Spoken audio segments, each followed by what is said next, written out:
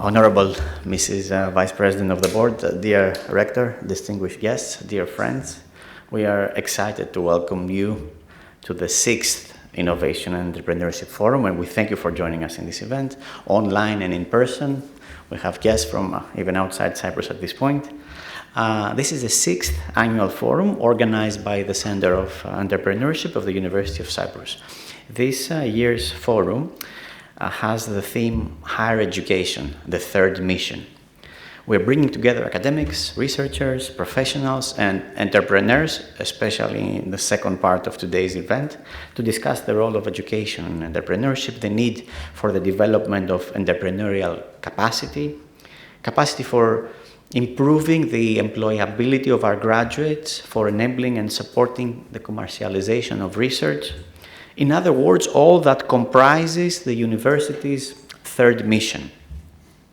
We are delighted to host Associate Professor Katerina Pramatari from Athens University of Economics and Business. She is a scientific coordinator of the equivalent of the Center for Entrepreneurship in Athens, the Athens Center for Entrepreneurship and Innovation. She is also a partner at Unifund. They are now starting Unifund number 2 after the success of Unifund number 1.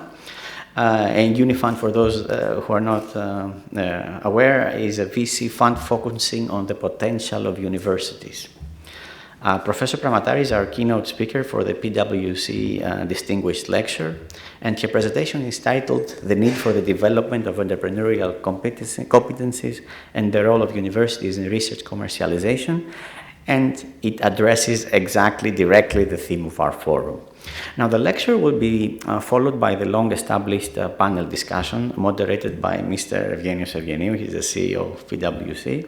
Now, January 1st will find Mr. Evgeniou away from the helm of his PwC Cyprus after his maximum 2 terms.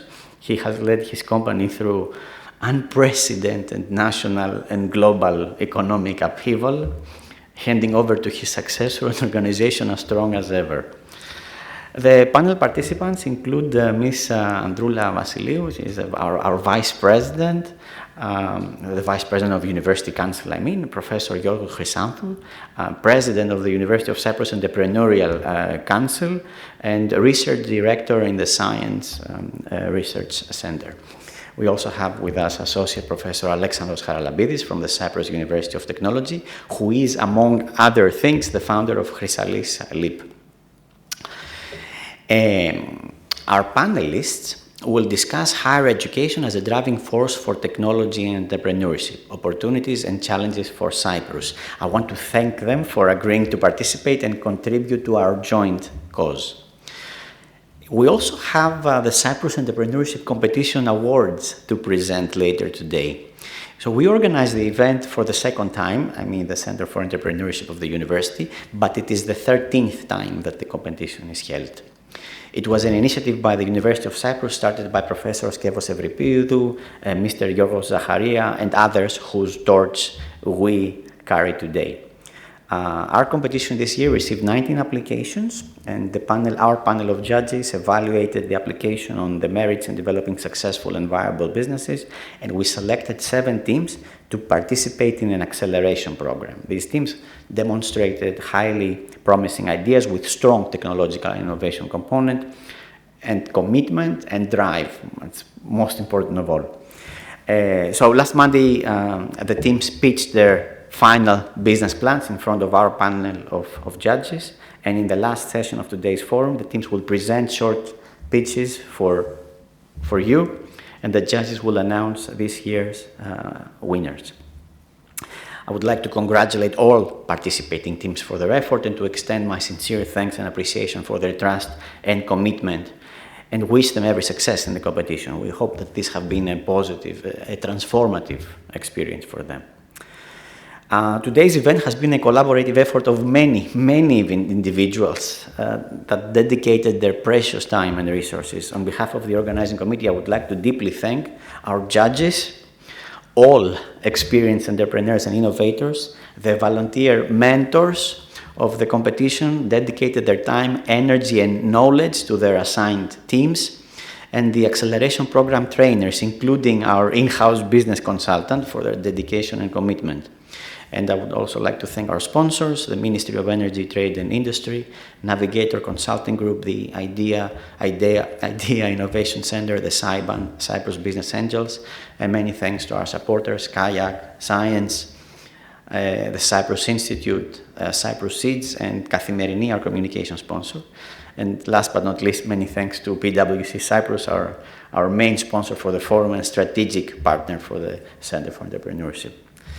Now, I would like to invite the rector of the university, Professor Tassos Christofidis, for his welcoming address. Thank you.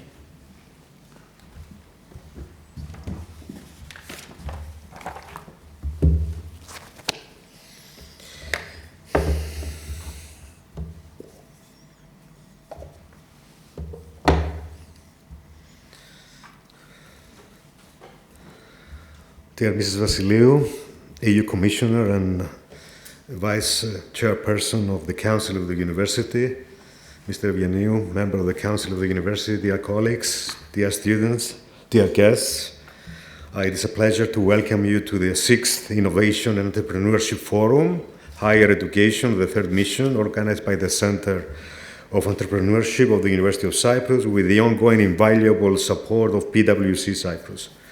I would like to extend our gratitude to the main sponsor, contributor, and strategic partner of the Center and the University of Cyprus, PwC Cyprus. The 6th Forum emphasizes on the concept of the third mission in higher education as a set of activities aimed at linking the university to its surrounding environment, a debate that has always been an issue amongst academics and university stakeholders. The traditional missions of universities, focusing on scientific inquiry, research, and human capital development, teaching, have been extended to the so-called third mission, which has become a major policy concern in recent years. The third mission represents the economic and social mission of the university and its contribution to local and regional ecosystem.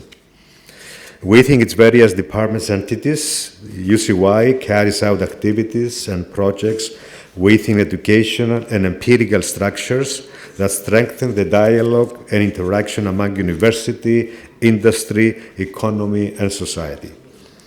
We should also have in mind that our multifaceted work must be always aligned with the Sustainable Development Agenda. This is achieved by systematically developing and revising, where necessary, curricula and training methods and interconnecting programs of study with the requirements of the international market, with activities that increase the employability and enterprise ability of our alumni, such as student placements and internships within the curricula, entrepreneurial competitions, incentives and initiatives, student startups, and volunteering. Innovation and enterprise activities that include collaborative research, translational research, IP exploitation, consultancy. The collaboration with the local and regional ecosystem and active participation in parallel actions that promote the exploitation of research and innovation. Establishing a culture of sustainability, equality, and inclusion. By also investing on the continuous professional development of our human capital, academics, researchers, and administrative personnel. Our aim is to create and train a steady stream of graduates who will positively impact society and who are able to transfer their ideas to the market. At the University of Cyprus, we seek to generate knowledge outside academic environments for the benefit of the social, cultural, and economic development. Today, we are honored to host Associate Professor Katerina Bromatari from the Athens University of Economics and Business, along with our prominent panel consisting of Mr. Eugeniu, PwC Cyprus CEO and member of the University of Cyprus Council, Mrs. Androula Vassiliou, former EU Commissioner of Education, Culture, Youth and Sports, and Vice President, Vice Chairperson of the University of Cyprus Council, Professor Yorgos Chrysanthou, and Associate Professor Alexandros Charalambidis from the Cyprus University of Technology. The University of Cyprus community is driven and focused on creating new knowledge, products, technologies, and primary values for the society. We hope that you will find this debate beneficial, stimulating, and productive. Thank you for joining us for the 2021 Innovation and Entrepreneurship Forum. I wish you all the best. Happy holidays for the upcoming holiday season, and hope to see you soon again at the University of Cyprus in another activity of the university. Thank you so much.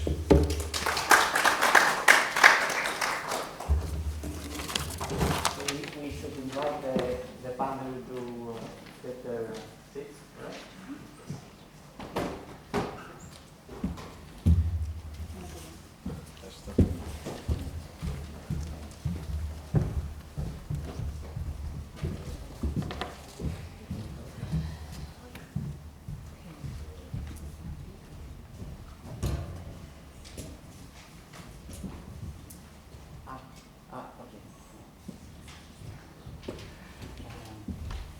Κατερίνα, το πάνελ θα ξεκινήσει μετά τη δική σου παρουσίαση.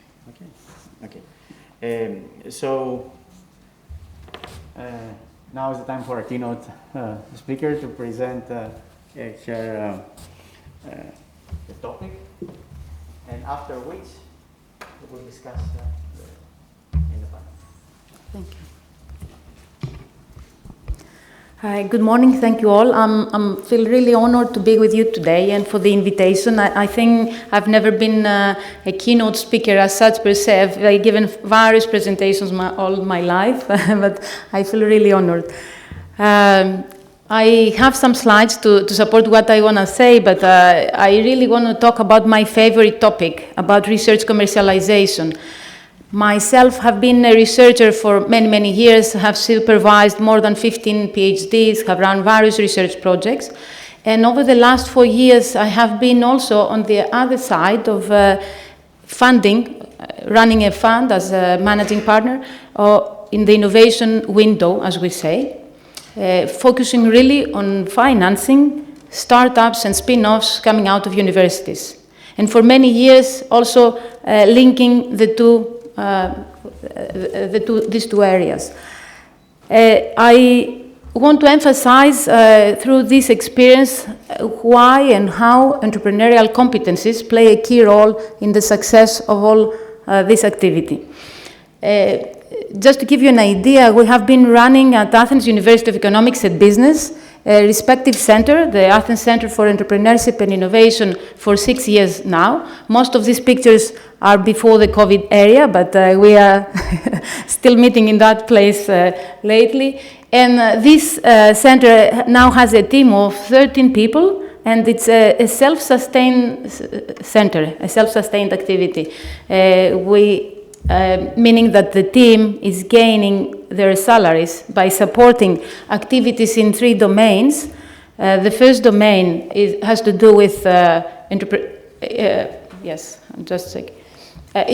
inspiring and helping students, researchers, and the community start an entrepreneurial activity.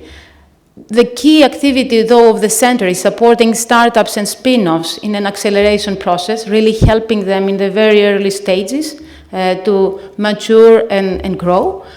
And the activity that is actually financing the center is what we call open innovation activities, really bridging the innovation ecosystem and the university ecosystem with the industry and helping both the teams mature through that process, but also the industry come much closer to the innovation ecosystem. And apologies, I will come back to that later, but I could speak for hours for each of these activities, but I have only selected one, which is the innovation competition. We've been running together also with University of Cyprus for many years now, as an activity at the early stages, really trying to motivate and help people formulate teams, start with initial ideas, and follow an acceleration process to then move to the next stages. And through this activity, 4 years ago, we realized that there were missing parts from the ecosystem in Greece.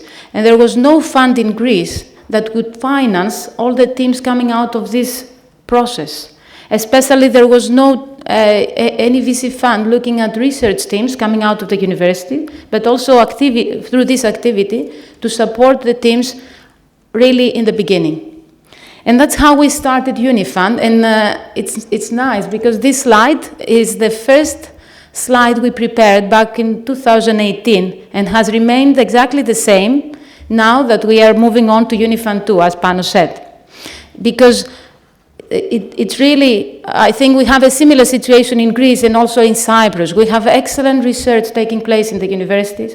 We have excellent people doing very hard work, but this research remains in the drawers. It's not getting out to the market. And that was the main incentive for me and our team to start Unifund back in 2018. How could we help these nice initiatives, these great teams, take a step further and take their research to the market and innovative ideas to the market. And I want to start mainly the discussion today by adopting a bit the view of a VC fund. I will stay a bit more on this slide because I want to explain what a venture capital fund is actually looking for when coming closer to this space. And I now have the experience as well. I could understand that before, but now I have a very strong feeling about it, that the venture capital fund can really play a key role in the development of this ecosystem because it decides to put a lot of effort, apart from money, in helping the cases that it will finance grow and scale and become global successes. So the development of a VC environment really helps this ecosystem grow and scale globally. But when we get in the shoes of a venture capital fund, then we need to understand what the VC is looking for. Unifund is in the beginning of this spectrum, looking at the cases at the innovation window, as we say, in the beginning, pre-seed and seed financing. Later on, as cases grow, they seek financing at later stages, as we say, Series A, Series B, etc. No matter whether we talk in the beginning or at later stages of financing, all venture capital funds are looking at what's on the slide. Namely, they look for innovation, because actually innovation gives competitive advantage, differentiation versus competition, and help you defend what you have to take out to the market. But at the same time, you are looking for scalability, for a case that can scale and become a global success. Any case should potentially be able to return the whole of the fund back to the investors. And while you are really in the beginning and you look for innovative cases, good people, people that have the drive and the energy to develop their ideas and into global successes, you have at the back of your mind, can this case create revenues, significant revenues, profitability as it grows and grow, as I said, into a global success? But this is really very, very difficult to assess in the beginning. When you look at the research team that has something in the lab, a nice research result, or a new team, a new startup starting with an idea, it's very, very difficult to assess whether this case can be scalable, whether it can grow globally, whether it has the innovation to go further. And nevertheless, unless you perform well in these areas, you are not able to create the successes to grow the ecosystem. I want to share with you, given this background, where we stand today with Unifund. As I said, we started 4 years ago, and the pipeline, all the cases that went through this pipeline, more than 1,300, so to give you an idea, were coming either from all these activities we've been running at the university, together with all the others, through competitions and open innovation programs, or from research labs that we were visiting around the country or from cases that were coming directly to a fund. And we evaluated more than 1,300 cases, and at least in more than 200, we went really in much more deeper evaluation to end up with 23 cases. Here I want to depict the cases that Unifund has invested in over the last these years. The majority of the investments, 22 actually, if I'm not mistaken, of the 23, were invested during the first 2 years. So now I have also results to share with you from these investments. Let me explain a bit the map on the slide. On the left, what we call deep tech research are 7 cases that all come from research and universities. It might be from the Cyrus case, for example, has also 2 Cypriots as a co-founder, 2 researchers from Cyprus. It's in the energy space and especially in hydrogen. Or it might be nanotechnology or biotechnology. You get an idea of the tech space in that domain. The other segment, which is market innovation, down, uses technology as an enabler. So it's mostly innovation in the marketplace, where you have innovative business model or a business opportunity and a team that has developed the business behind it. And then we have 2 segments closely related to the current information technology, either data and IoT and Internet of Things and artificial intelligence, or what we call software as a service. We've been very happy to see the results of this activity well beyond expectations, coming to real great results for years afterwards. And when I say great results, I refer to revenues, growth potential of these companies, and how all this activity has delivered results. And Unifund is the only fund in Greece and down here in the region, looking specifically at this research space. So while you have many funds looking at the innovation window, Unifund specifically has focused on this upper left part, which is research coming out of universities and research centers. Looking today at the results of all these 23 companies, I can lead you to the next slide, which is the discussion about entrepreneurial competencies. Why do I say so? And let me explain a bit more this slide. Looking, as I said before, to the results of these 23 companies, you have many companies, I go back here just to make some mentions. If I look, any fund normally is trying really out of the portfolio companies to have some very successful cases that are growing very fast. It's not a coincidence, in my opinion, at all, that there are many such cases in the down part. FlexCar, for example, is really growing at an amazing pace, a company that was created in 2019, and their last round was 30 million in equity financing and 50 million in debt, and now they receive many more offers by other investors globally, with an innovative business model, but not strong technology innovation at their hands. They could be easily copied by others, but they were excellent in implementation.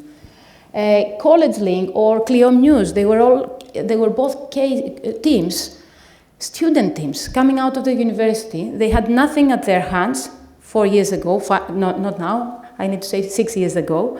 I need to calculate the COVID years as well. But they started with nothing at their hand. They had an idea on paper. We started supporting them at the Athens Center of Entrepreneurship and Innovation in the beginning through the innovation competition. Then for 6 months they were incubated. They were our golden teams. We continued supporting them. And when we started with Unifund, it was not an easy choice. We couldn't easily see the scalability behind what they were doing. They couldn't easily support the innovation they had. Others could easily copy what they were doing, but we invested in them because we could see great people, great teams, people that could convince us, or they were giving us the feeling that they can do excellent implementation. And this is what actually happened. Actually, all of the cases on the down part of this slide are doing great. They are growing fast. They are above million, the majority of them, or various millions in revenues, profitable, and they are growing fast. We have other such cases at the other parts, okay? But let me comment a bit what is happening at the upper left part of this slide, the cases coming out of research.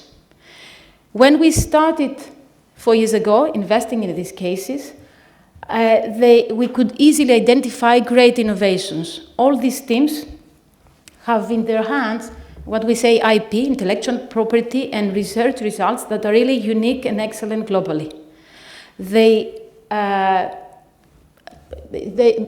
Both then, but still now, they have cases that are, should I refer to Cyrus, for example, a bit, that they have a hydrogen compressor that is unique globally and has attracted a lot of interest from investors, etc. Or nanotechnology for the pet care industry, or Kinvent that has Internet of Things devices for physiotherapists used by various. The innovation, so that segment, compared to all the others, has much stronger innovation at their hands. However, this is not enough. Having innovation at your hands is not enough. The companies that we selected out of the 200 and more research teams that and spin-offs that we evaluated had some more elements at hand. There were people that could generate revenues with the innovations they had at hand. They were people that were open to learn and develop what they had in their hands, and there were people ready to get to on board in such a process.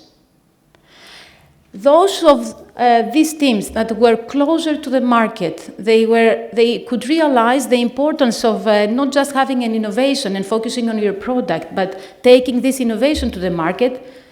And those teams that have realized that early on and have developed their business development, as we say, and sales capacity, have done great. Kinvent, for example, started with 0 revenues when we started. They are now over 3 million revenues, selling all around the world, a great success. Other teams have developed their product very well, but have not been able to grow as fast. And I want to remind you the slide I presented before, what was on the right parts of that slide. Revenues, profitability, growth. This is how the activity of a venture capital fund is assessed. This is what investors are looking at when they are asked to invest their money and support the development of all these companies. So we need to clearly keep that in mind. So when we look at companies, at least these 23 companies we have invested in, and we say today, 4 years afterwards, what is missing as an ingredient behind the cases that have not grown as fast as expected, given what they have in their hands? One of the elements has to do with the entrepreneurial competencies of the team, the mindset of the team, and how prepared the team is to develop.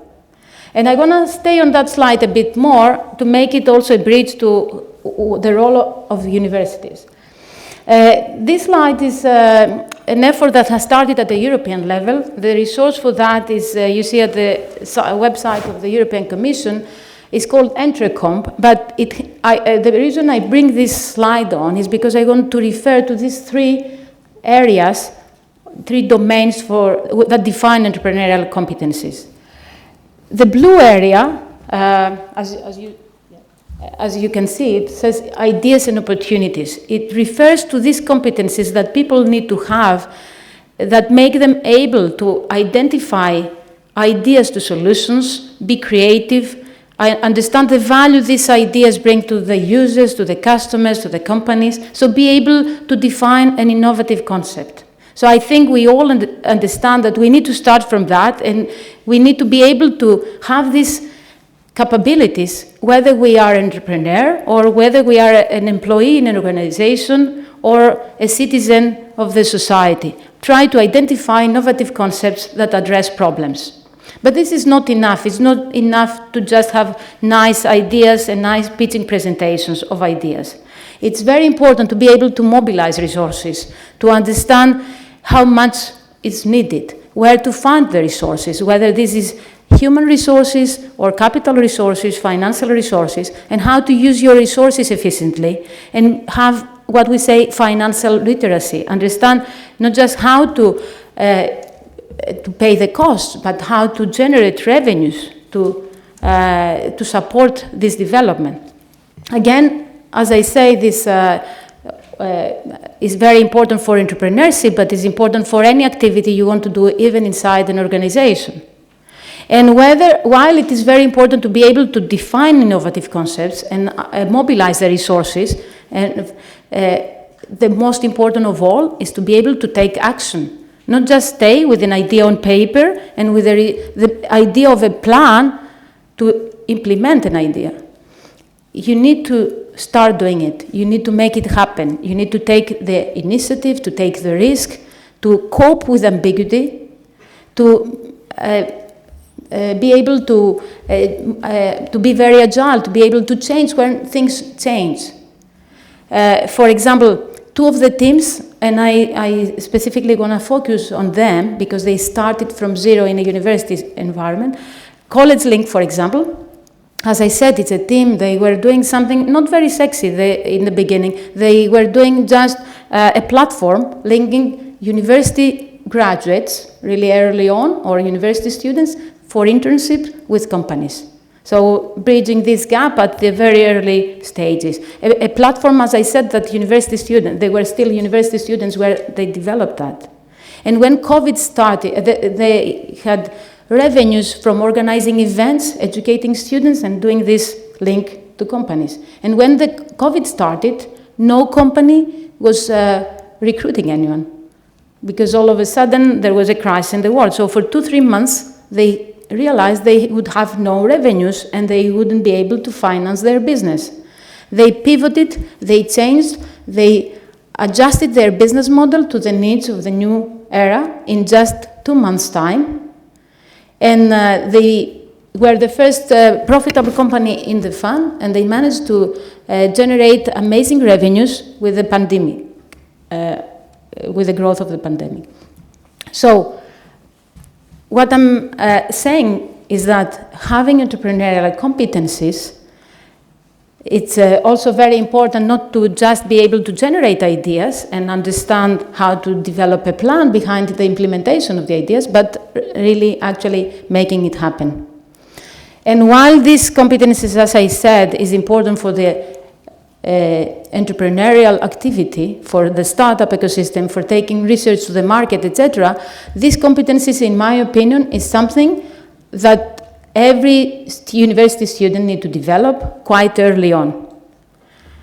A problem we have today in Greece, in Cyprus, in Europe in general, in my opinion, is that the vast majority of researchers in universities score very low at this framework.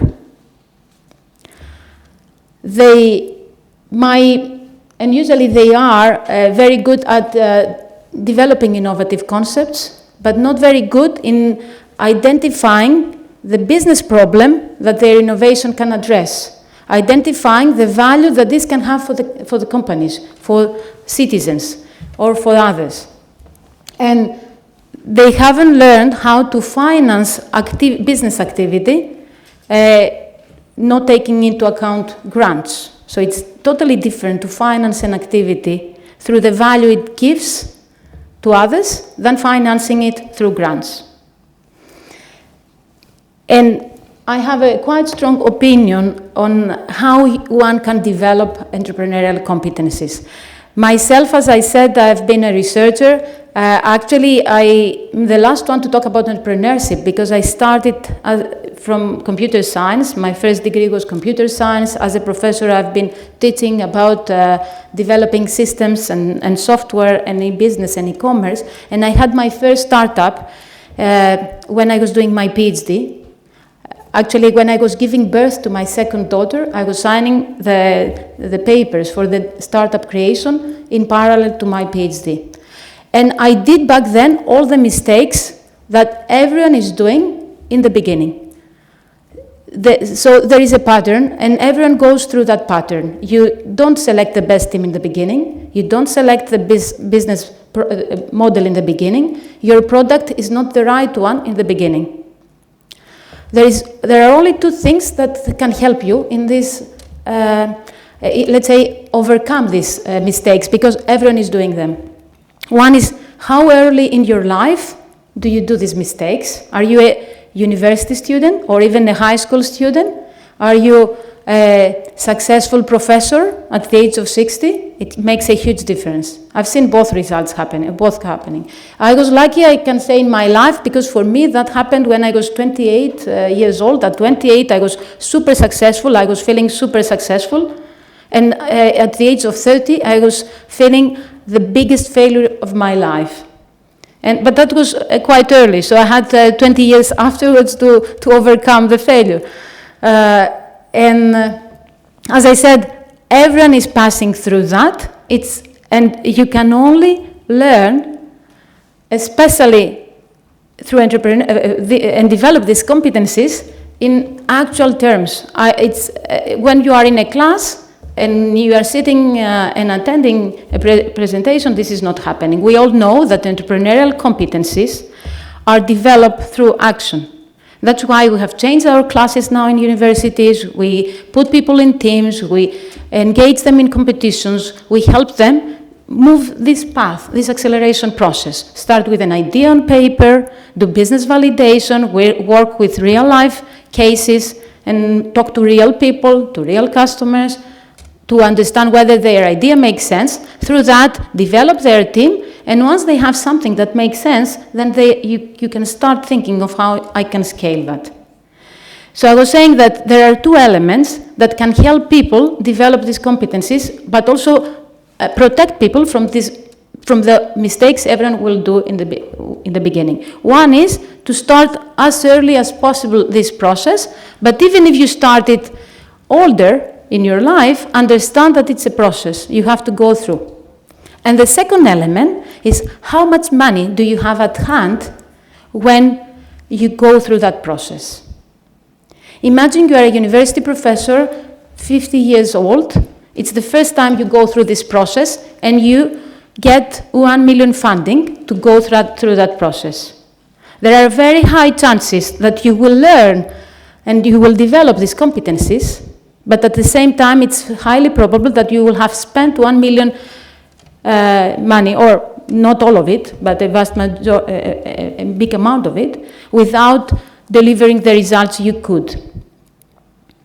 You can develop these competencies while you are a researcher in the beginning of your research, let's say, endeavor, or in the beginning of a PhD, or a student, doing all that with the money you have won through a competition, or the money you have got through a proof of concept grant to put your idea on paper, in practice, from paper to practice. You understand the term de-risking. How can you de-risk the situation? How can you really support the development of ideas and putting them into practice? By not spending, and I use the term spending, not investing, by not spending huge amount of money, but investing wisely, gradually, helping the team develop the competencies and at the same time growth. And I think that's exactly the role of universities. And I make a bridge to one I want to say using this slide. This is an example from Tel Aviv University. This shows how there has to be an ecosystem helping teams, whether these are student teams, whether these are research teams, whether these are spin-offs or startups, mature through that process. We definitely need courses in the university to educate people and help them understand the process, but also the elements of that process. This is happening now in university classes. This is great. But this is not enough. We need activities next to that, and I think a Center for Entrepreneurship and Innovation can play a great role that in engaging students and motivating them in extracurricular activities, in startup competitions, in idea competitions, in other activities where they work in teams and they, again, follow always the same process. Ideas to address problems, validating them, mobilizing resources to work behind that, and taking them into action. And this is the first layer. Once you do this layer, you select the cases and the teams that work more and have concepts that make sense and are validated into the pre-accelerator. And again, in the same process, working more with the industry, working in open innovation projects with the industry, bringing them close to a big customer that will demonstrate interest, or to a fund that will say, oh, if you manage that, I would be interested to invest. And this is the pre-acceleration phase, where again, teams mature, as we say, their concepts more. I always refer to teams, whether, as I said, is student teams or research teams. But it's always a team endeavor, not something an individual can manage, at the end. And once you have out of this activity, the pre-acceleration activity, and this is more or less what we have been doing with the Center for Entrepreneurship and Innovation at Athens University of Economics and Business, then you have the cases that come out of this, and they start, they are now fundable. They can, for the first time, ask for their pre-seed financing. They can work more with the industry, and and still, the risk is high, because in the beginning, you might get your pre-seed financing, but unless you demonstrate you can have a sustainable business model that can grow and scale globally, you won't be able to get more support and more financing for the consecutive rounds that will help you grow into a unicorn. And that's where the stages on the right come. And you need in all this ecosystem a technology transfer office, someone that will help you with IP management, someone that will help you manage the IP and protect it. And as I said, link it to the industry. And that's how the whole environment should work, and that's why we talk about ecosystem. If you take a part out of this, then it doesn't work optimally. I can close this presentation with 2 more slides. One is this one, which is a new development that is currently happening in Athens. It's something that will be announced actually tomorrow. It's the first time I can present that in public.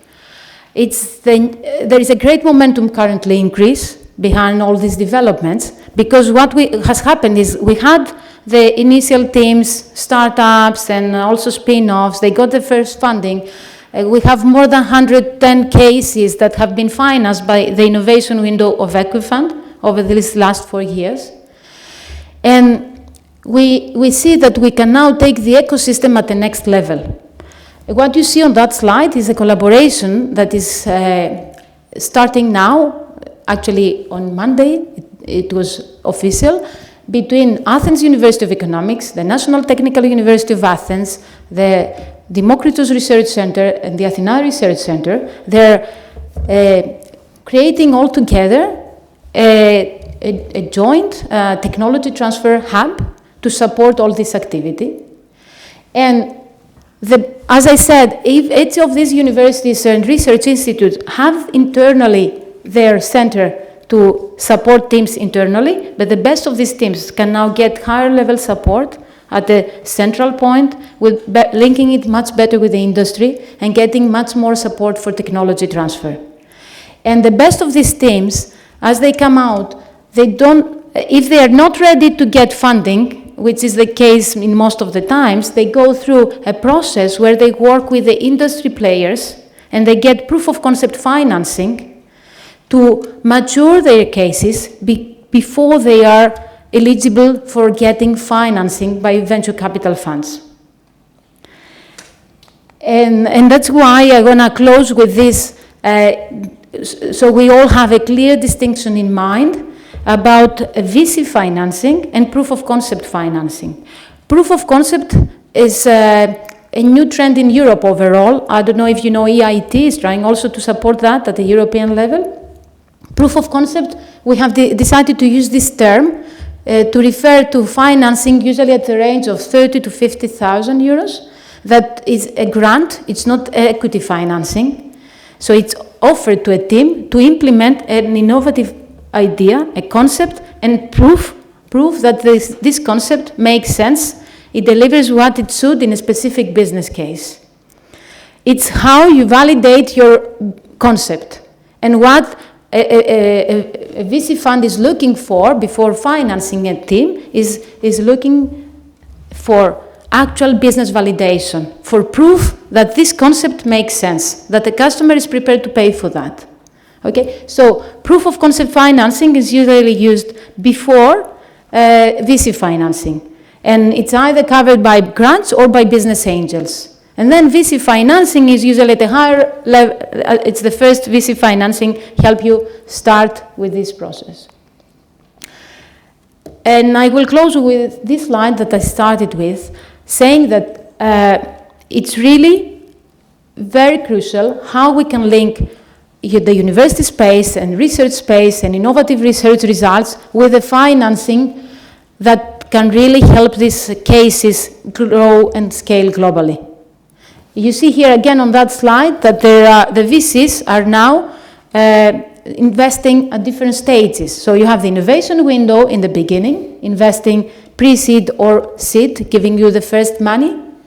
And if you prove that you can grow and you can scale and you have revenues, and the more revenues you have and the more profitability, the more you can get money following on in Series A, as we say, in Series B, and raising millions, not just thousands of euros.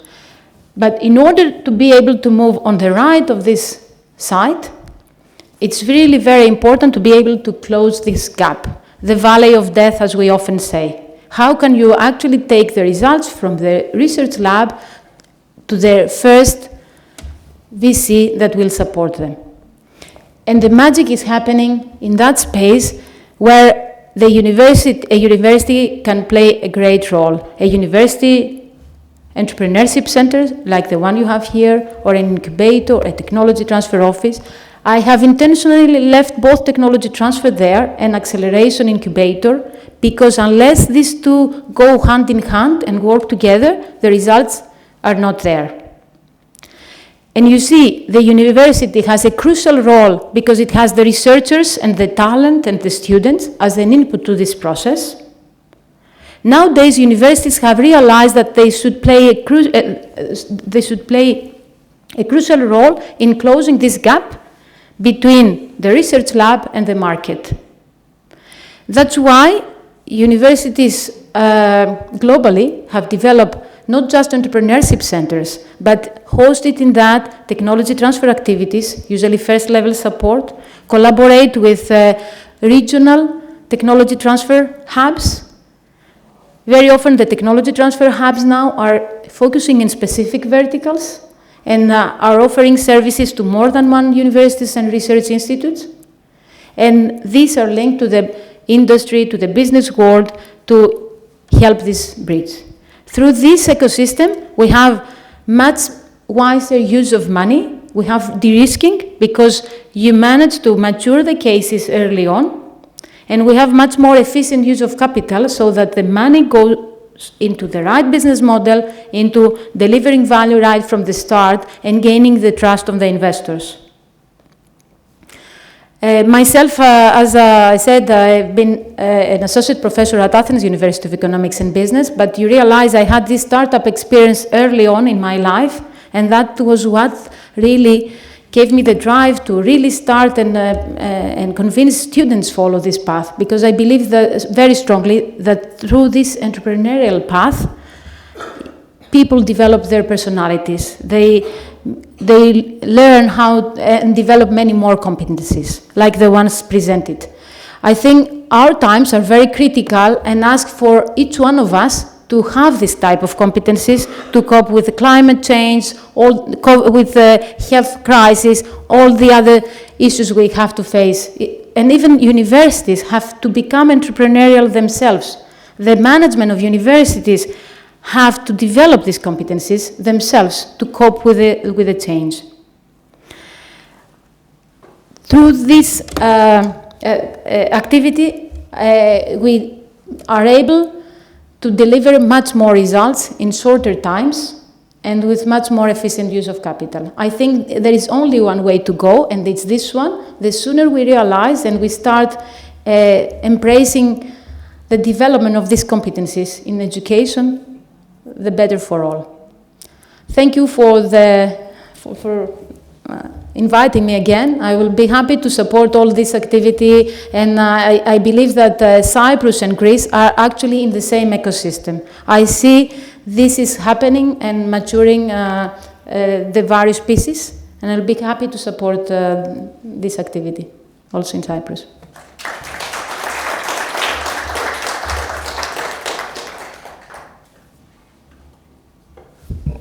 Okay, thank you, Professor Pramatari, for your very insightful presentation, which, of course, is based on real-life experience, and that makes it particularly valuable.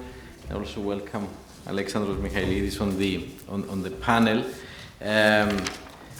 Before starting the conversation with the distinguished panel, and we're privileged today because we have with us a former commissioner, EU Commissioner for Education, and therefore I'm sure we'll get the wider European perspective. But we also have two academics from Cyprus, Mr. Chrysanthou, who is the director of the Center for the Entrepreneurship Council of the University of Cyprus, but also a research director at Science, Center of Excellence, and of course Alexandros Michailidis from the Cyprus Technical University, and also the coordinator of the Climate KIC Cyprus Hub.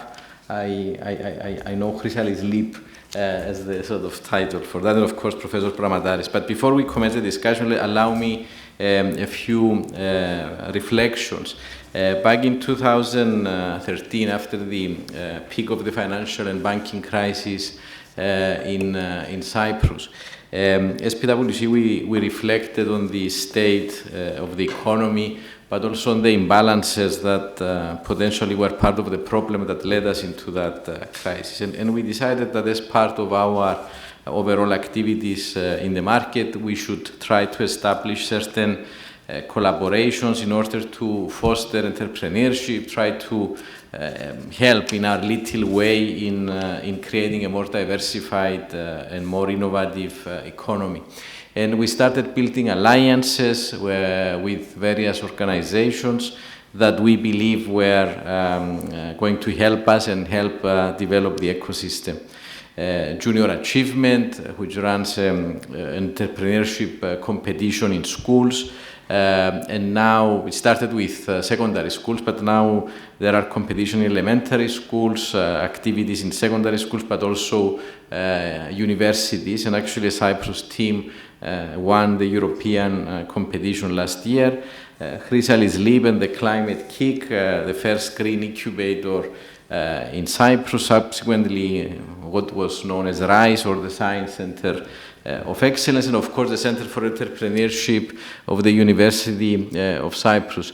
And of course it's always nice with hindsight to try to say that this was a grand plan and a grand design, but the truth is that we were sort of exploring the possibilities and the collaborations, and we tried to establish links with people that were aligned to our thinking, our philosophy, and with whom we could really work, with our mentors and our coaches.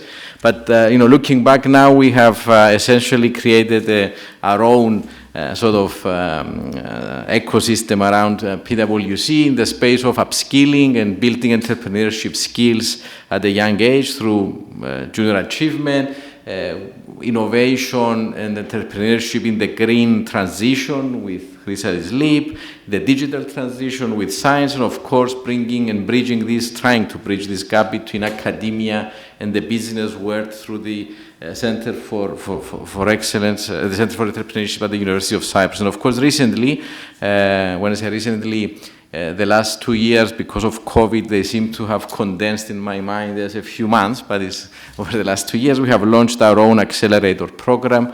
At PwC, we call it Scale Up, and we have inaugurated what we call an experience center, which beyond being a fancy space in terms of design and technology, even more importantly, we have a design team that helps companies and innovators using design thinking, and also with the support of our teams, particularly our data analytics and artificial intelligence lab that we have now there.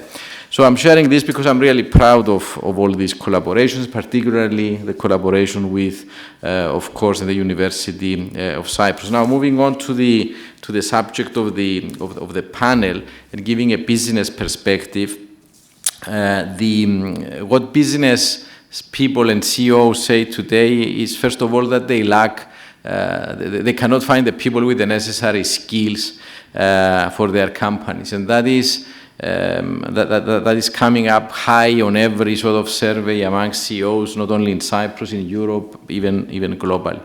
And that's why as PwC we have invested the last years globally, but also in Cyprus on the upskilling of our people, focusing on digital upskilling. And this is a 2 million euros investment for Cyprus over a couple of years. And almost all of our people have gone now through digital labs and courses and everything, and we're trying to what we call democratize the development of digital ideas. They can write their own bots, etc. But then we realize that maybe they lack the innovation skills necessary, and that's again something that comes from business people as well. Indicatively, in Cyprus, 56% of CEOs in our last survey said that they would want to focus on investing in research, development, and innovation to develop new products. But then they say that we don't know how to do it. So we internally, again, we launched what we call Innovaction, which is comes with innovation in action. And essentially we train people in innovation, because sometimes we think that innovation is just brainstorming. And innovation, in my view, requires a lot of discipline and a lot of sort of hard work in order to actually get something out of it that brings about positive change or something better than what existed before.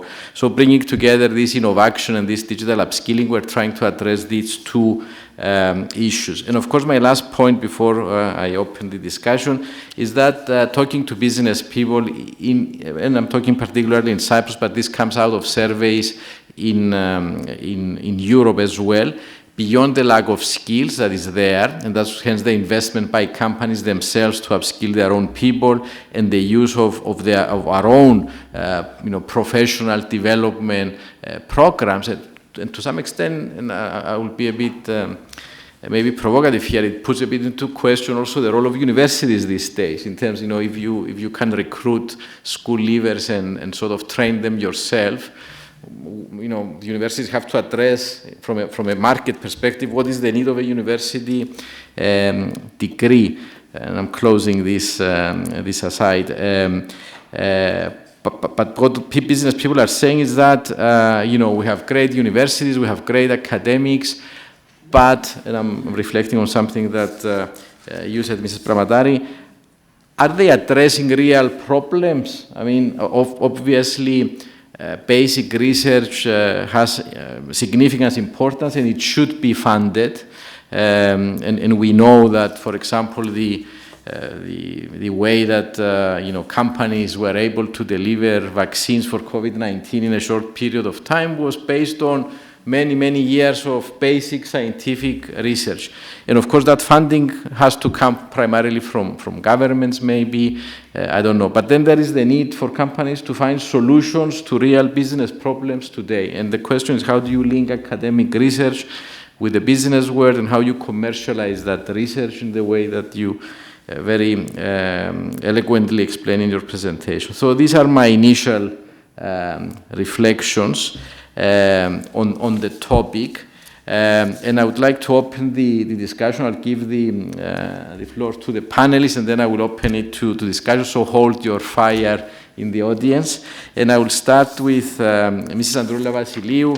who of course is the vice president or the vice chairwoman of the University of Cyprus Council. But in my mind, more importantly for this panel, you have the experience of being an EU commissioner for education. So Mrs. Vassiliou, your own reflections. Thank you so much.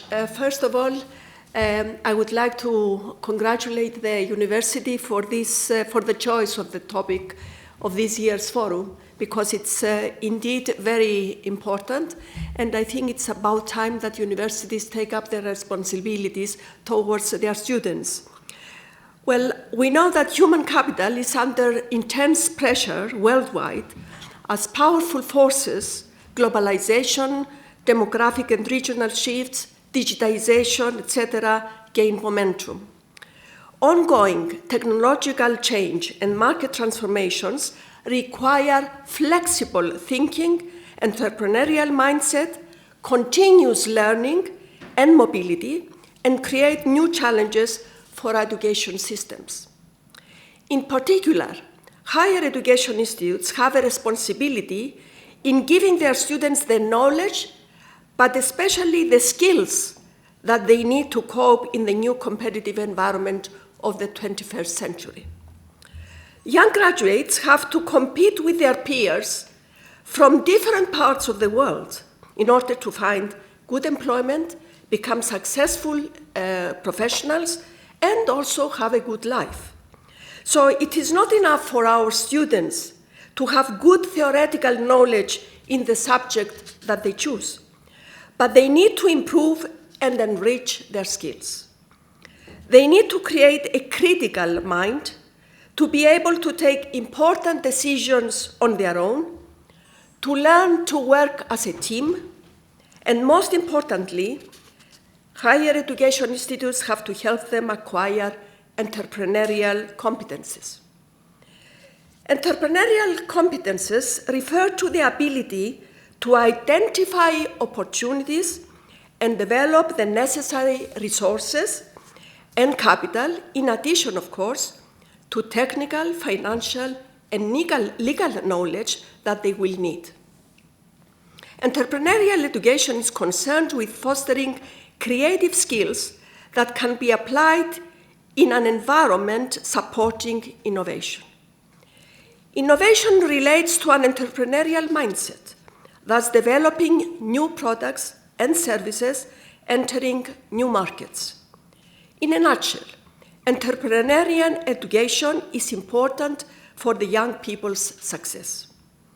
Since 2008, we experience, as you know, an unprecedented economic and financial crisis. And as soon as Europe's economy started recovering, the health crisis hit again, testing our economies and our social systems. We therefore realized that we cannot carry on business as usual. We need important structural reforms in many sectors, including educational reforms. We need to invest in highly skilled people and equip them with knowledge and attitudes to drive innovation forward. Europe has no shortage of potential. We have world-leading researchers, academic, and businesses. However, the challenge lies in bridging the gap between the excellent research and academic basis and business creation in embedding a true entrepreneurial culture in the entire innovation chain. Therefore, in 2008, the European Commission created the European Institute of Innovation and Technology, precisely to this end, by bringing together for the first time the three sides of the knowledge triangle: education, research, and business. And of course, I will not enter into the details of the EIT or the knowledge innovation communities. I think our colleague and friend Alex may refer to it, but allow me to mention a very recent initiative of the EIT, which is very much related to higher education institutions, the so-called EIT Higher Education Institutes initiative. This initiative aims to support higher education institutes with expertise and coaching, access to EIT innovation ecosystem and funding, enabling them to develop innovation and entrepreneurship action plans, complementing the needs of individual higher education institutions.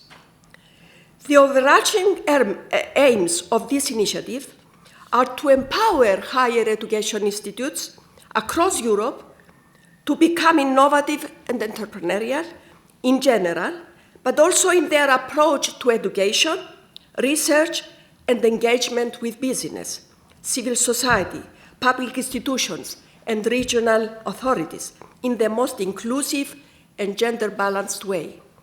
I do hope that our universities, both in Cyprus and in Greece, will not miss this opportunity. Lastly, ladies and gentlemen, I wish to refer to a problem that, if we are honest with ourselves, we'll admit that it exists in all countries. And I refer to the skills mismatch.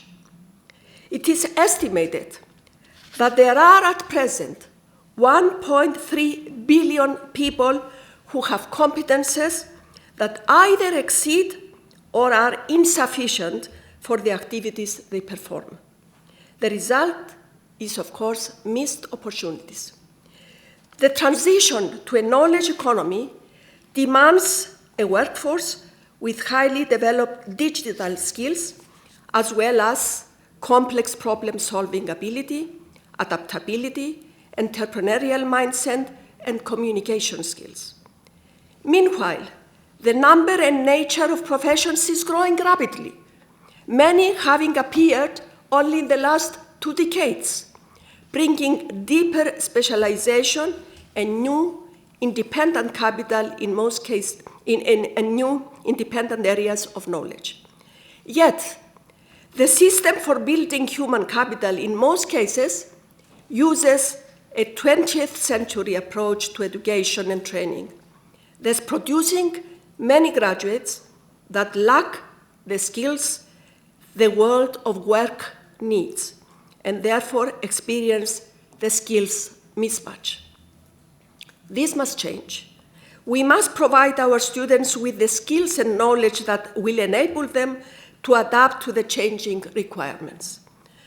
To achieve this, we need collaboration within the country, for example, with the government and especially with the business world, and also collaboration across the board, at the border, to learn from the others' good practices. And I think that the European university alliances may help in this respect. When I was in Brussels, we used to organize annually the University Business Forum, where the scope and the benefits of collaboration were discussed. And I believe this is something that we should do also here in Cyprus. Last but not least, I wish to stress the importance of lifelong learning. Technology is changing so rapidly. The demands of the world of work is also changing. So a graduate cannot cope forever with the knowledge and the skills that they acquired during the time they were students. Graduates need to reskill and upskill quite often to be able to cope with the demands of their job. They must be given this opportunity and encouragement by their higher education institutions, by their employers, and by the government. The employees and professionals must, above all, recognize the need to reskill and upskill their competences and must be prepared to do it as a matter of favor, first of all, to themselves, and of course, for the sake of the economy as well. As I said before, dear friends, business cannot go on as usual. We must adapt with the times and developments. Thank you. Thank you, Mrs. Vassiliou. You put on the table a number of key issues. I would say primarily the educational reform, perhaps, that we need to address in its broader sense. I would like now to move on to Alexandros and to get the perspective of a Cyprus academic who is also active in the entrepreneurship space. I mean, I'll put it as simply as possible. How good are we at it in Cyprus at our universities in terms of building all these necessary skills, bridging the gap with the business world, addressing real issues that can be commercialized? Where do we stand? There are two things. On the practical side, academics are very good at it, but they're not enough. For example, we have Vasos with us and Julius at the back. I've known them, they've been doing it for the last 10 years. Yes, because of EIT, they received some training. Yes, because of Cyprus Seed, they got some grants. Yes, because of the support of PwC and so on, they got all this support. But they would have done it anyway, even without all of this support. It will be harder, as in the presentation. They wouldn't have that intermediate step, but they would have done it anyway. The problem is all the other academics, and I would like to emphasize the last point of Mrs. Vasiliou, the lifelong learning. You cannot get professors to shift their mind. Through the INO, the new project of EIT of collaborating universities and training students, we've been training students at the Cyprus University of Technology, and the students love it and they learn it. The hard part was convincing an academic to allow us to go into his class and train the students. And it's the same problem in other universities as well. In Romania, in Bulgaria, in Germany, everywhere. It's not a Cyprus problem. So for me, one of the biggest barriers is how to change the academics, the council, the rectors' minds, the board of directors, the whole thing, the administrators, to understand that this is the way forward. And the second thing we're good at, which is something you said on the basic research, we are excellent at that. If you do not have excellent basic research, you cannot have excellent inventions, you cannot have excellent innovation. It takes time, obviously, and this is why we need to understand that we need to invest in excellence, no matter where it is, and not, you need to invest only in innovation, and then you invest in things that are not that good. Just this for start, and I guess we'll see. Thank you. Well, thank you, Alexandros, for your very frank assessment, and I hope that we'll get the chance to discuss how we address these shortcomings. And I will move to Yorgos Chrysanthou. I mean, Yorgos, you are the president of the Entrepreneurship Council at the University of Cyprus, beyond being a director at Science Center of Excellence. So I suppose you have a special role in driving entrepreneurship within the university. And following on from Alexandros, what are your own reflections on the same question? Thank you, Evgenia. And I would actually like to thank PwC for the support, indeed, both at the university, at the Center of Entrepreneurship, and at the Science Center of Excellence. Indeed, I think what Alexandros is saying, that we need to change at the university, but the change needs to come from the top. Coming from the computer science department, we have quite a few people who are interested in entrepreneurship. I'm sure it's not the same in some of the other departments, but still, we need to give incentives for the professors, I think. We are evaluated only on the scientific part.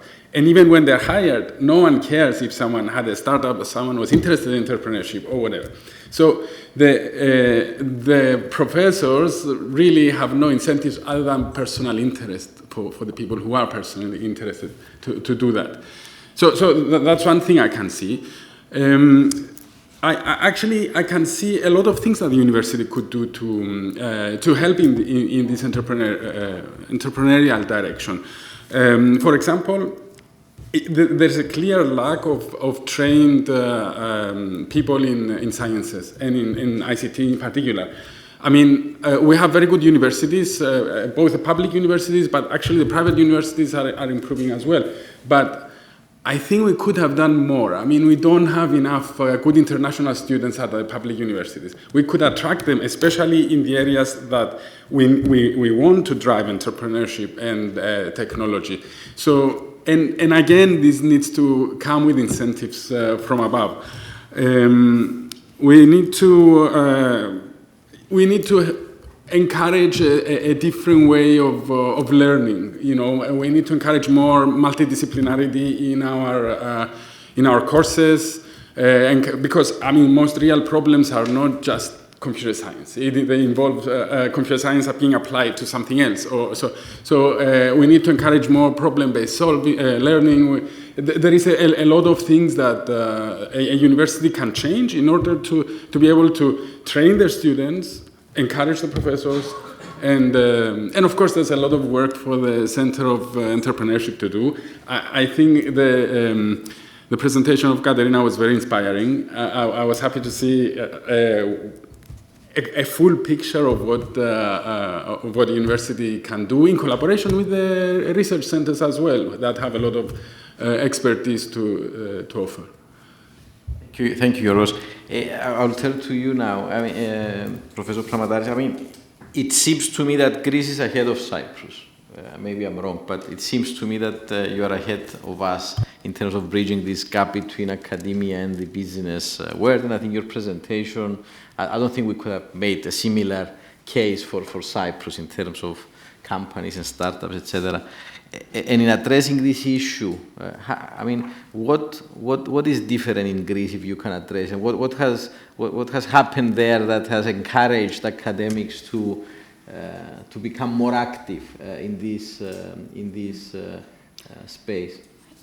I think you are doing great also in Cyprus, by the way. You have, in some areas you do better.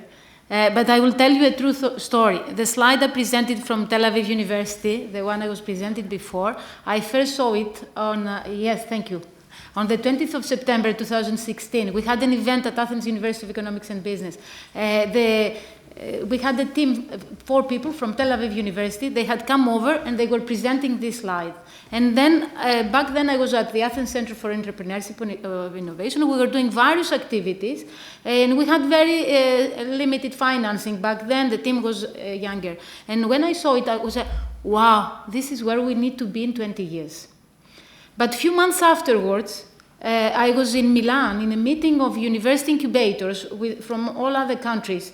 And I could see that in Italy, you had these collaborative efforts of research centers and universities having a joint TTO. In Bulgaria as well, not just in Northern Europe and the West. And I realized how back we were still in Greece. And you had funds next to all this activity. And it was honestly, that day, as I was coming back, I was reading on the plane the call for Equifund, and this is how Unifund started, because we felt it was necessary to also have a fund next to all this activity and finance this activity.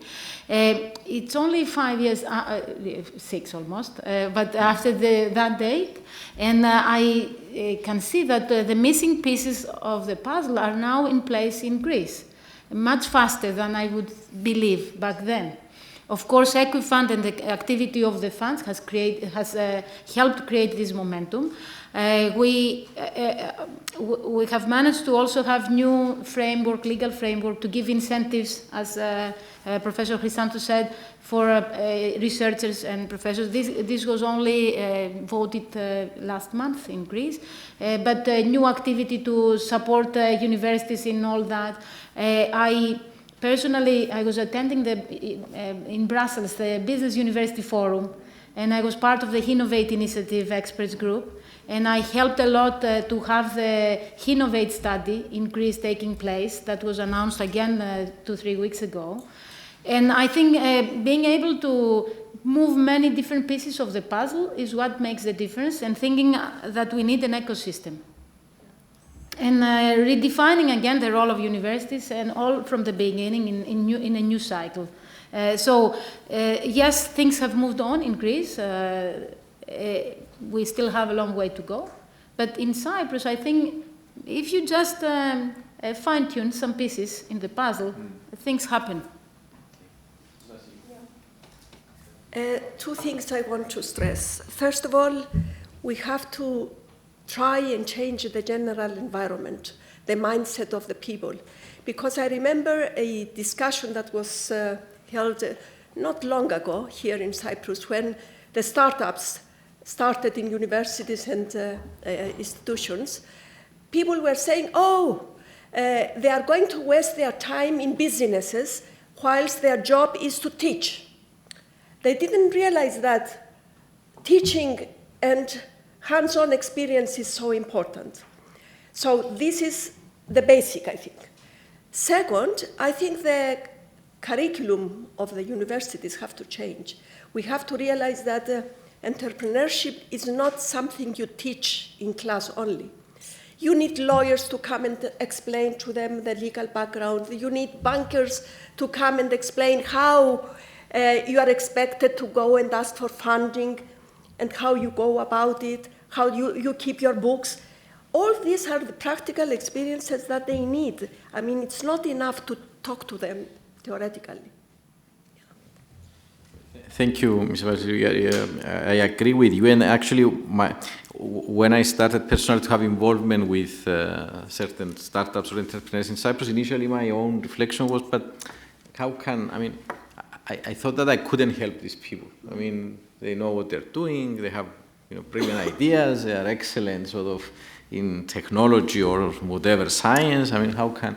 But then I realized what you said, that essentially they didn't know things that in my mind were very simple and basic, but for them was not, the issue was not their research or their idea, but was very basic things in terms of how you start up a company, how you raise funding, how you present, how you do this and the other.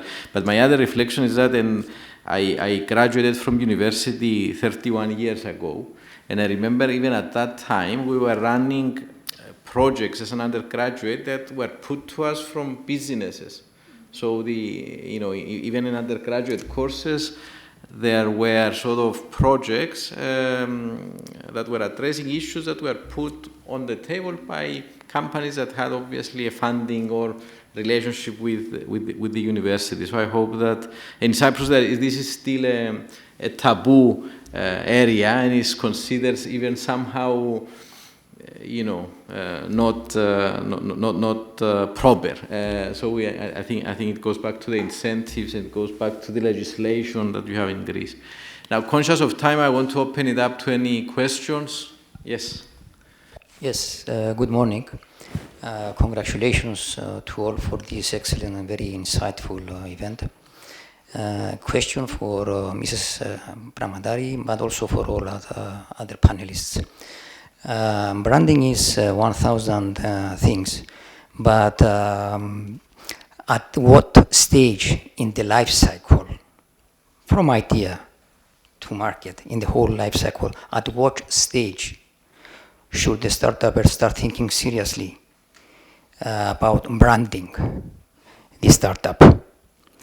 Branding in the broader sense of the word, as I said, it covers many things. Along these lines, the branding lines, Mr. Haralambidis 3 years ago in this room made an excellent presentation, description of the Valley of Death. Now, I would like to make a small comment here in relation to branding and marketing communications. At some stage in the scale up or start at the initial stages, startups say, well, at this point, I need a marketing communications professional. I'm a researcher, I'm academic, I'm not an advertising professional. At this stage, I need the help of a marketing professional. Now, the great risk here is, and this is, I think, a key issue in the Valley of Death, we go to an excellent startup like Julius is here, very experienced. He goes to a professional, marketing communications professional for the branding and the launching. Now, but this is my last point, but according to a survey, global survey of the International Advertising Association, only 4% of advertising is successful. This is a huge risk in the valley of death. And I don't think many of us were aware of this thing. I've been involved in advertising for 35 years now, and I knew all the dangers involved. But when I saw this figure published from the World Advertising Association, and they accepted this fact, only 4% of advertising is successful. So I think this is a huge risk in the valley of death. Thank you. I think there were many comments and questions. I will try to address some of them. A big issue is that we don't know what we don't know. And when we are from one side, we don't easily understand the other side. So if we are a university professor or a successful researcher, we don't know what exactly the job of a marketeer is or of the business development is, what are the qualifications they should have, how to search for that, how to integrate such skills and capacity in our team. We need to understand that scale-up means that you may have a team that in one day it's 3 people, 3 nice researchers in a lab having an excellent idea and excellent technology in a hand, and in a year's time, this might be a company of 100 people. This is what scale-up means. And how do you go from one stage to the other? I think the basic ingredient, the basis you need for that is understanding of what you don't have. So if you have the understanding and you understand you need to get there and you are open and you understand that that scalability has to do with getting more people in a team to work together, then we have the basis right. So it means that a university professor should not think, I will do it on my own. This doesn't happen. He shouldn't or she shouldn't think that I will find a business person or a marketeer to do all this work for me. This doesn't work. You need to build organizational capacity. So build an organization around that, not just have another person that will work for you and do the job. This is not how the job is done. It has happened to in my life several times to have the opposite problem. You have a nice business team and they all come to me and they say, I want a developer to help me develop that. On their side, they also need to understand that they need to build a big team, a capacity to develop all the product and the technology. So we need to have the understanding on both sides. If we start by increasing this understanding, I think then we have much higher successes of getting there. So entrepreneurial competencies on the research side means developing the right mindset of people, of researchers, of university professors, of everyone, so that we understand what we don't know, and we understand it's a process to grow. And follow, I don't know if I addressed your comment, I hope partly I did at least. Thank you. Any other questions? Yes. Hi, Spanish speaking journalist.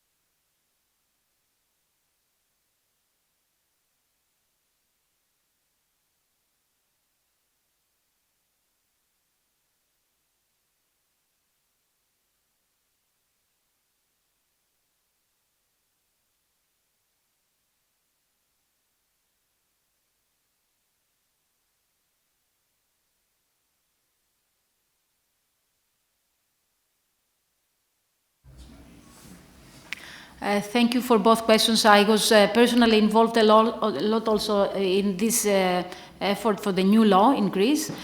And I will tell you, I think it's a great development, although there is still room and things to do.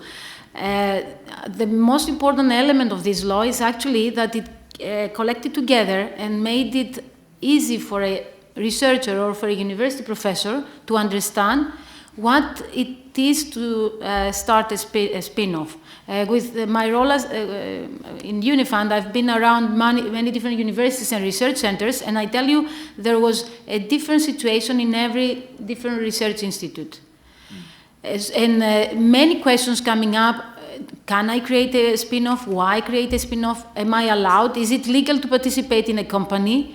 Is this am I going to have a penalty for my academic career? And all these questions, the new law is trying to really address them very easily, simply, and the most important of all, apart from making it clear, give incentives also to people, make it known to everyone, and especially to rectors and the management of universities, that it is a good thing, and a person involved in this activity should not be penalized, but exactly the opposite. This should be a positive element for the development of people. And so that's the important thing about the law. But we need to understand that this didn't change the situation. I think it's more a psychological law than an actual legal element. So, because before, different lawyers were translating, explaining what was happening in a different way. There was a gap in the interpretation of the law. So the new law didn't actually change the basics, but it helped the interpretation and made it clear and gave incentives. Now, if I would invest in a spin-off where the university would hold 30%, no, definitely no. I say it definitely no now because I know that for a case to become successful, equity is the asset you need to manage. You give equity to get money to finance the growth. And I will tell you what you need to do later on. Not at the stage where Unifund invests, the pre-seed and seed, but at the Series A, Series B, if a company wants to grow into a global success, into becoming a unicorn, and we start having these cases now in Greece and in Cyprus, and that's great, but you might need to mobilize millions of euros to be able to compete with other counterparts at the other side of, in US, in Asia, etc. If you want to raise millions and hundreds of millions sometimes, you need to give equity. Means that at the end of the day, when you do all that, you still need to own the company. You still need to believe that if you do things right, the company will belong to you and you will gain a lot back and you will be able to return the money to investors. If you give early on 30% to the university, you don't have enough equity to help incentivize the founders, the new people that will come in the company to help growth, and most importantly, the new investors that are required to put in a lot of money to help the growth. That's why equity is very important. In the beginning, we don't understand how important it is. We tend to give it out easily, but at the end, if you don't have the right structure, this won't be a success in the beginning. The common practice globally is that the university gets back either through a license agreement, but the best practice globally is that the university participates in the equity, but with an amount from up to 10%, and it's a diluted equity. That's what's happening in the US, and I think it's a best practice. In Greece, most of the spin-offs are afraid of having the university participating in their equity, and they prefer the license agreement. But the most daring people and the ones who have experience from US prefer the equity participation of the university. Thank you. Any comments from our... Sure. Can I ask a question? Question, not a comment. How much do you think that researchers in Greece and Cyprus are afraid to take risks? Thank you very much for the question. It's a great question. It's the reason I brought up these entrepreneurial competencies, because the most important ingredient for the last element of this framework, taking action, is being able to take risk. And I think people are afraid of taking risks. I think what has helped the Greek entrepreneurship environment back in the 70s, in the 60s and the 70s, back then people were really ready to take risks.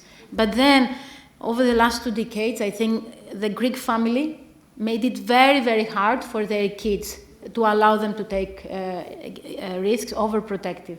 I think I've been very lucky myself because I grew up in a village. My parents were very risk takers. It was so easy for me to take risks. And I thank God and my parents for learning me that early on. And even Unifund was a huge risk because I was an established university professor with successful activity in the university incubator, putting my own money in the game, inviting others to do so, and risking everything again with Unifund. And the funds, it's not easy to make success with a fund. If you wanted to make a small fortune with a fund, you need to start with a large fortune. That's what they say. But being able to create success with a fund, it's not easy. And I think it's important to understand that we need this ingredient. I'll give you the opportunity, Maria, but a quick comment from the academics on the law in Cyprus and sort of the whole sort of system around. I commented earlier, but of academics actually engaging in this space. And then, Maria, you have the... Okay, I think it's an easy question. I mean, the law as it is, it really doesn't encourage anyone to go out and do a startup. But I've heard that there is a revision going on, and it's going to be improved. So we're all hopeful because the way it is right now, it doesn't work. I have a completely different view from most academics on that. So first, I agree with your second part. One of the startups we had back in 2013, professors had 50% of the shares. The students that were running the company had 50%, and the investors told them no, 50% of a professor is too much. And they decided to drop out of the accelerator, and the company was never materialized. Because the professors know, I want my 50%. Just because I had the idea. So it's the same stubbornness that if the universities have, I want my share, it will not go through. The second part with the law, I agree there are some gaps. The law passed in 2018, and the law said the universities should do regulations. For 3 years, neither the University of Cyprus nor the Cyprus University of Technology even wrote one single sentence on the regulation to allow everything. So I agree, it's mostly psychological. I still have a company, Vasos does, Julius has, but it's at our own risk at some point that we're doing these things. And it's a shame Tassos left, I would be direct with him as well, but please pass on the council level. The memo that I saw a few weeks ago, it's the 3 rectors saying somebody should change something on the law so an academic can do a company. Why aren't we changing it? Vasos, why are you doing it? Why aren't you actually writing the regulation? Julio?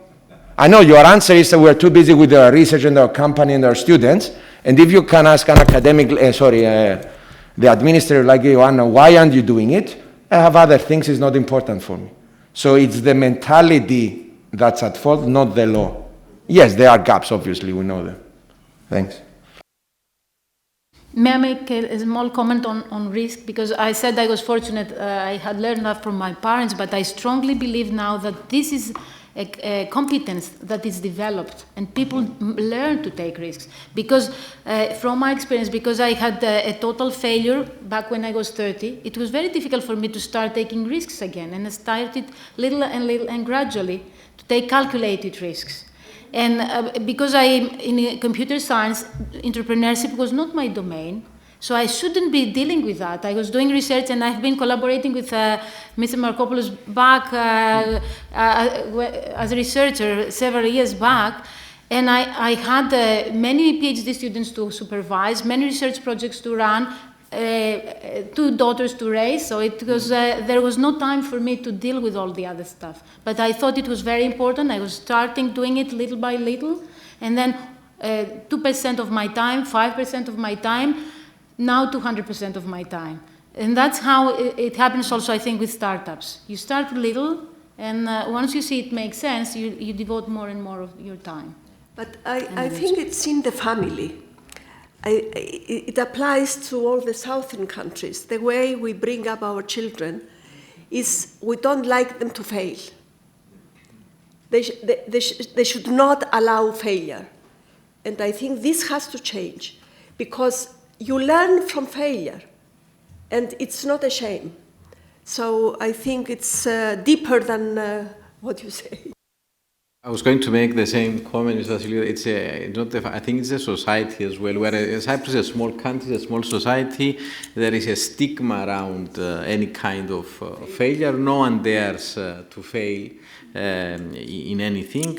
You go to the other extreme, in Silicon Valley, they celebrate failure. In Cyprus, it's not like that. And that's why, after 2013, I saw a lot of people more active in this space, because they didn't have anything to lose.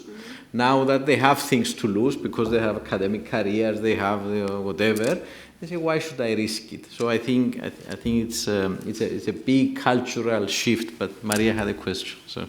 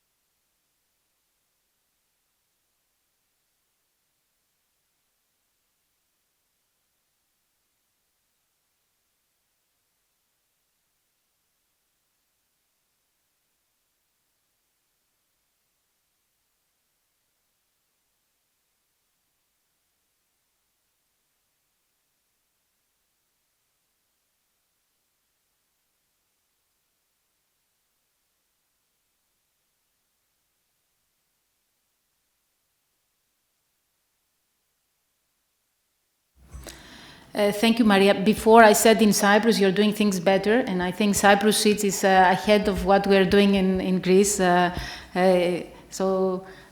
Just want to make this comment. Now, on your question, what is happening now in Greece is we are trying to create collaborative technology transfer offices. It's not true that they don't exist. We do have small efforts in different research institutes. So, for example, the Praxis Technology Transfer Office down in Forth, in Crete, has been running for over 10 years. Or the Aristotle University of Thessaloniki had a technology transfer office inside, which has helped a lot. And Demokritos, and our center in our university, etc. But we've been doing small efforts. And what is happening now, we're trying to unite these efforts into hubs, into technology transfer hubs that have two characteristics. One is they give a higher level support and more professional support to teams, both in terms of protecting their IP, but also business know-how in maturing the cases. And the second, attracting, and this helps is necessary so that you attract interest from investors and industry much easier when you are not disperse efforts everywhere. And the second is put the acceleration process and the business development process in the core of these technology transfer hubs. It's not just about patents and IP protection. It has to go hand in hand with maturing the ideas and supporting the business acceleration of these ideas. So these hubs are created now. This is the one I said. We create such a hub in Athens now with the collaboration of top research institutes and universities and many industries coming to support that. And this, the objective is to really demonstrate the example and how this should happen in Crete, in Thessaloniki, in Cyprus, etc. May I ask one last question related to the legislation?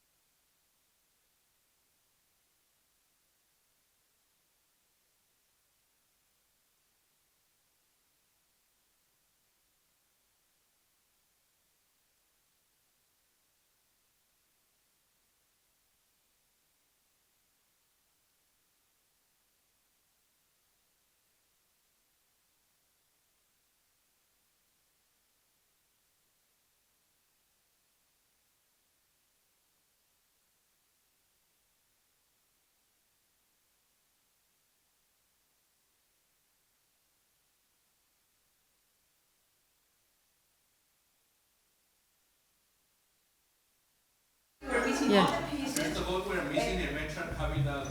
But all the pieces are missing. Good legislation, guidelines for the profession. I said fine-tuning the ecosystem with pieces, adding some pieces and linking them. So yes, you do still some pieces. Yeah. Yeah. Talking about it for the last 10 years. But even in Greece that we have the legislation now, the universities themselves need to prepare the internal guidelines for technology transfer. And I think a good idea what has happened is the University of Development is financing now universities develop these guidelines. So this is, I think, a big development. It's helping a lot. Legislation was only passed about 2 months ago in Greece. We've been working on it for a year and a half, but it... In Cyprus, the Research Foundation is doing that with the guy that Tom, I don't remember that. the guy that did Oxford technology transfer. They will do that. They will put 3 million, and then they will give that to the universities. So it will work, on a country level, let's say. The problem is they need to finance also incubators, accelerators for all the universities. That is something that personally I'm pushing that because I have seen that Tel Aviv presentation. In Tel Aviv, but if you look at our slide, yeah. And what I push and I wrote also some articles about is each university needs to have their own accelerator. Yeah, but I need to make an important comment. Yeah, but if you allow me, I need to make an important comment. The Athens Center for Entrepreneurship and Innovation got some initial financing to renovate the space in the beginning for a year, but then we had no funding. So we made it a self-financed activity inside the university with zero support from the university initially. In the beginning, it was against as well, to some extent. So we self-financed the center in the university, and now, 5 years afterwards, of course, the University of Development is coming to finance it.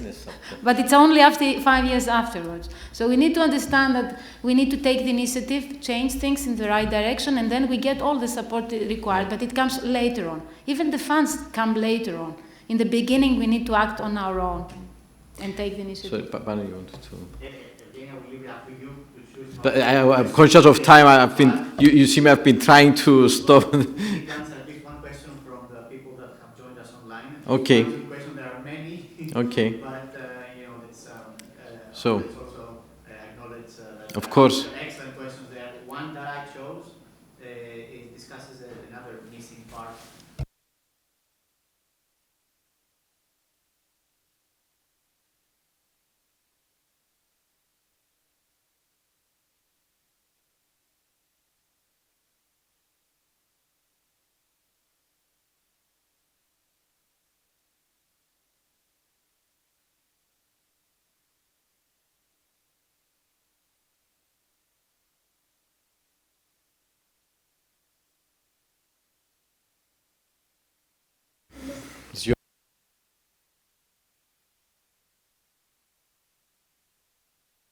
The question was that there is a lot of shortage in the market for software developers, to put it that way, and which is true, and also for other disciplines, and that is acute also in Cyprus.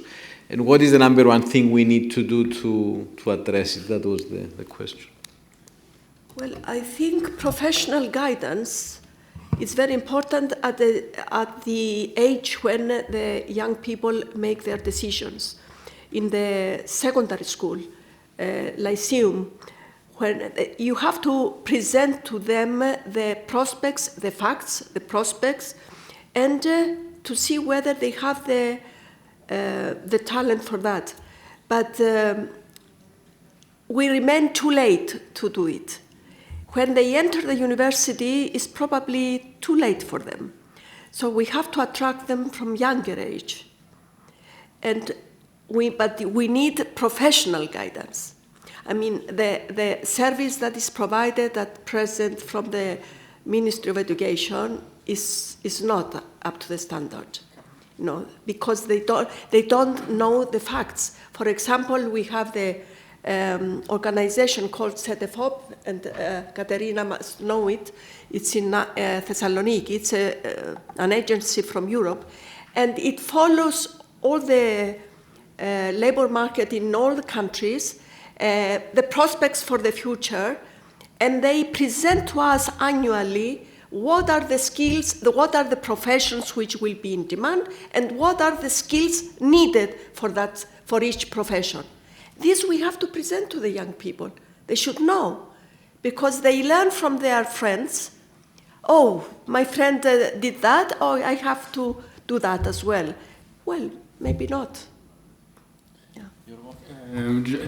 Just to add to that, I think beyond attracting the younger people to choose this direction, which I think is very important, we can also do some reskilling. And I find it, we see that at the research center right now, we are employing mathematicians and physicists and engineers to do our programming. And why? Because there's not enough computer scientists, but I think the university could do play an important role here. For example, they could do a conversion course where for 1 year training you could train people with the right background to become ready for the market. And that works. We've seen it in different countries, but it needs to change we need a change in the mindset of the professors and the university itself. Another thing we could do is attract people from abroad. When people go and study somewhere, if they're very likely to stay in that place. So what happens in Cyprus, you have very good undergraduates, and then they go and do a master's abroad. So we lose them. Instead, our masters are not good enough to attract international people. We need to start attracting international people to Cyprus who are going to stay here. Thank you. Any other question online? No? Okay. Can I answer differently? Because sure. I like to be provocative. Why should we attract softwares? Why should we attract softwares? why not find another industry that we're good at and focus on that so that we don't have to compete with Korea and Israel and Silicon Valley? So we always have to think a bit more, where do we need to be in 50 and 100 years, and not trying to always catch up on what others are doing. That is a good point, and it goes back to Katerina's point that they have very successful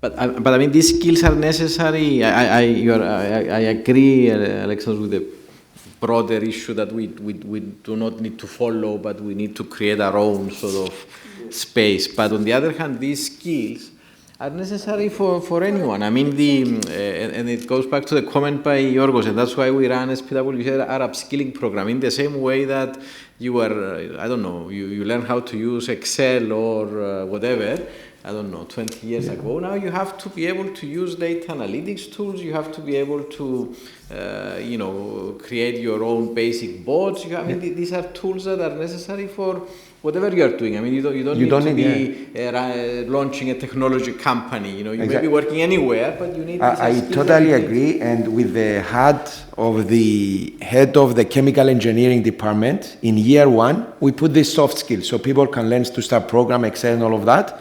And the BAE, which is the body to accredit universities, says, why do you need that for a chemical engineer?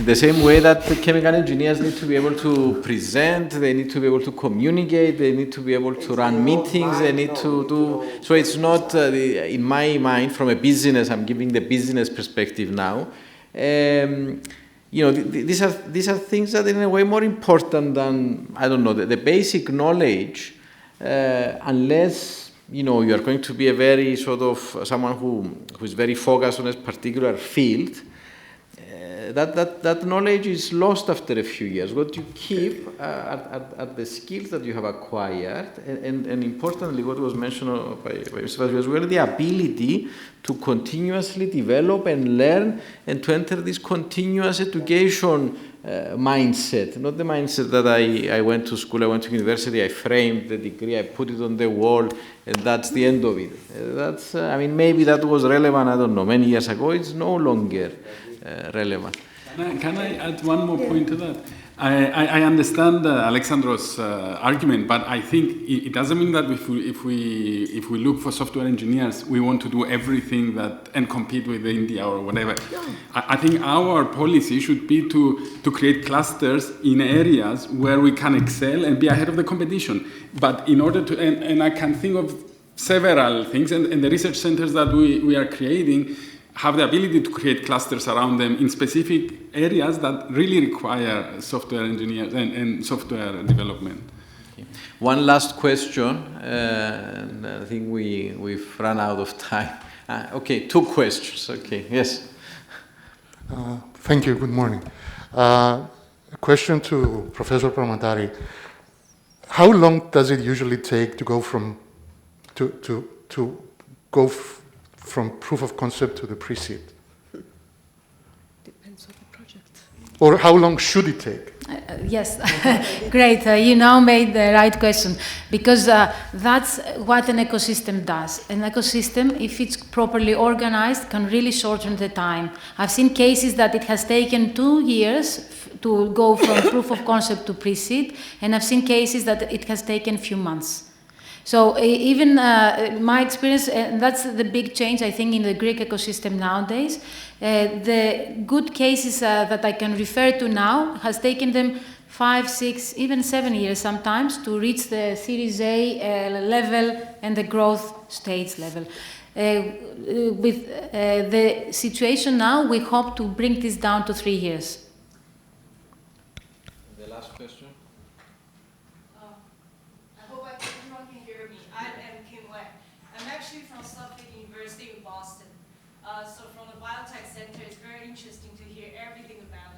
I have a few things to comment, actually. I think the role of the business school professor is very important because they know everything here. Especially I'm from the business school. I teach my students about this. To your question, the anchoring institution is very important. You want to have a non-profit organization taking the center seat that every other small and large businesses, venture capitalists, schools can plug into this nonprofit. So like in Boston, we have Massachusetts General Hospital for the biotech research. Mass Robotics for the robotic research, their own nonprofits. Going to your Alexandra's questions, this goes back to the role of government. They are talking about the technology policy. Essentially, if you look at the Korean model, Singaporean model, Taiwanese model, because I'm from Taiwan, I know the tech scene very well there. Essentially, government has to pick the champion of the industry that they know that will boom in the next 10, 20 years. And so you need to have the government buy-in. And of all that, the role of government is very, very important, not just to put in the law, which is of course critical, pumping the resources. Tesla, as we now know, Tesla, when they were actually going out of business, it was Department of Energy, lend them, not equity commitment, as we know is tricky, lend Tesla $500 million. That allows them to survive, and then all the success we learn. So government is very important in terms of financial resources. So those are all my comments. Thank you very much. Any? No, sorry, I was going to comment. So Alexandre, because we are entering the final comments to conclude the discussion, this is your final concluding remark. I agree with what you said about the government's role, and my concluding remark is that the government should learn to say no to industries or thematics that they don't care, and not always say yes to please everyone, because then you dilute and you don't have this synergistic effect. Thank you. Yorgos? Well, it was quite interesting, and I think there's going to be a requirement for a lot of change at the university if things will go forward, and of course at the rest of the ecosystem, which parts are missing. Thank you. Well, I haven't been in the board of a university long, only 2 weeks, but I promise that I will raise the questions that we have spoken about. It's very raised. Important. It has been raised. It has been raised. Maria was on the council as well, so she raised it herself. And then nothing has been done. We should raise it again. We should raise it again. Yes, because I believe that the most important thing is to try and change the mindset of professors, of the board, of people in general, of parents, and the young people themselves, because that is, you need a completely different mindset in order to have entrepreneurial skills, etc. I think it's really important to create the examples, the best practices that others can follow. And I fully agree that public needs to support all that, but I think it is on our initiative to create the good examples and practices, demonstrate, and when you have private support on that, then it's so much easier then to attract also public financing. Thank you. Well, I would like to thank all the panelists for this exciting and insightful discussion, and I would, of course, thank the Center for Entrepreneurship at the University of Cyprus for making it possible for this event to take place and this discussion. I mean, many things were said. I've been taking some notes. I'm sure they will be taken up, and we'll try to follow up and see how we can bring about positive change. So thank you very much.